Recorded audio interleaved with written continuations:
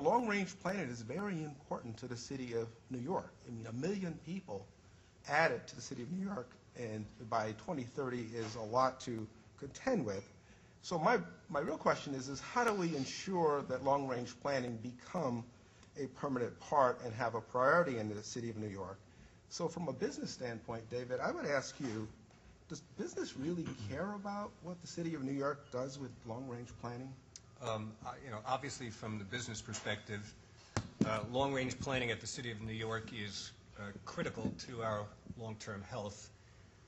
In an era of term limits, the first thing I would like to do is commend the current administration, the mayor and his entire administration, for the long-term strategic thinking that they have put forward. The business community generally thinks that the most constructive role for the city to play is to maintain and expand the capital plan and at the same time expand the boundaries of the city. What's critical to this city is obviously its major commercial sector. And one thing the administration done has revised the zoning regulations to encourage both sound development while preserving our communities. I think as you look at our city, one thing that you come to recognize is, in a sense, the central business district of our city, and it really has stagnated over the last 2 decades. In the decades of the 50s, 60s, 70s, and 80s, we added about 50 million square feet of development in each decade.